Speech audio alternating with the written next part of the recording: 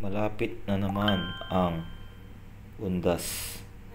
At ngayon po, sinira ng aking kuya ang kanilang paglilinis at pagpipinta sa puntod ng aming mahal na magulang sa sementeryo. Ayan po, ang aking kuya at ang kanyang asawa na hipag ko sa katrik-trikan ng araw ay napakasipag nilang pintahan ang puntod ng aming mga magulang. So, yan po, nakikita nyo po sa tirik ng araw at napakasipag nilang pintahan at linisan ang puntod. Sa makatuwid, hanga ako sa kanilang kasipagan at pagsisikap magmula nung nabubuhay ang aming ina na sila ang nag-aalaga sa kanya. Kaya saludo ako sa iyo, Mano at Ate. Mabuhay kayo at God bless sa inyong pamilya. Maraming salamat sa pagmamahal na pinapakita nyo sa ating mga magulang at pinapakita nyo rin sa amin na kung gaano kayo kasikap at katyaga sa pagsilbi sa ating mga magulang. Away, humingi kami ng pamanhin at pasensya kung kami ay nasa malayo na lugar na hindi namin maalagaan at magampanan ang ginagawa nyo as bilang anak.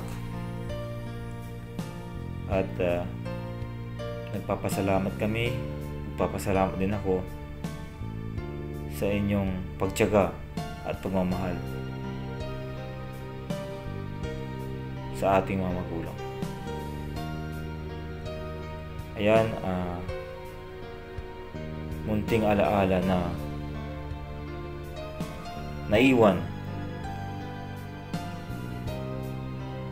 sa ating mga magulang at maraming salamat sa lahat, Mano.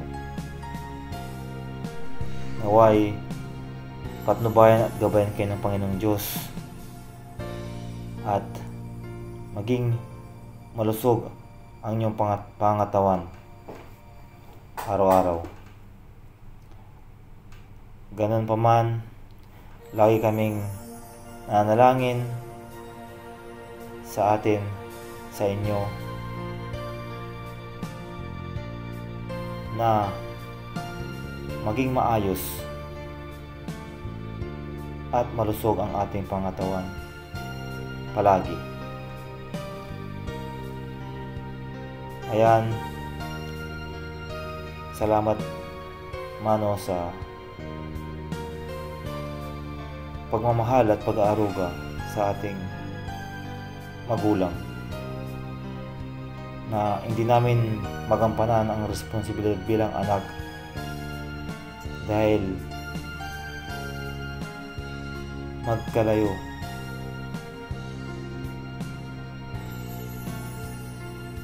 ang ating kinaroroonan. At utang namin ito bilang ganti. Salamat din sa mga alaala na pinakita ninyo bilang pagmamahal at pag-aaruga sa ating mga magulang. Naway huwag kayong magbago at hindi rin kayo magbabago. Salamat at nandyan kayo. Hindi kayo nagsasawa na umintindi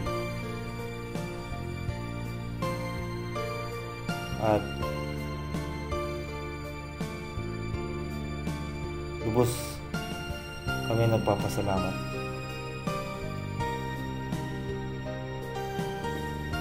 Nandito naman kami lagi na sumusuporta para sa inyo kung ano pa man.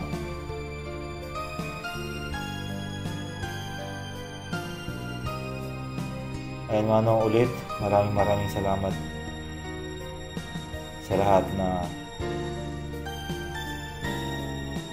pagsikap, pag-aaruga at sakripisyo sa pag-alaga ng ating mga magulang.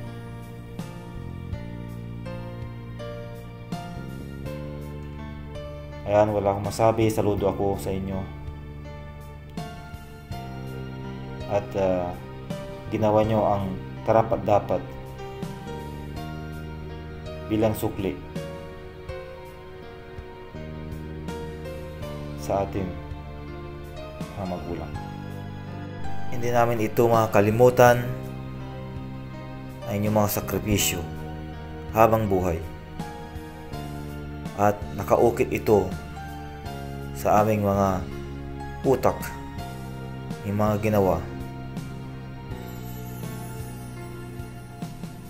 Kaya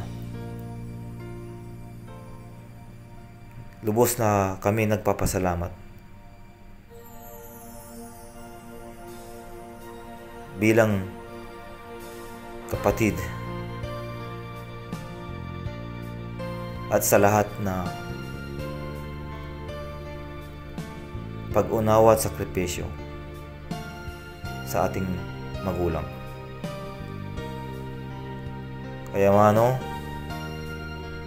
maraming salamat ulit. Mabuhay kayo. Hanggang dito na lang. Nagmamahal ng bunsong kapatid, Richard.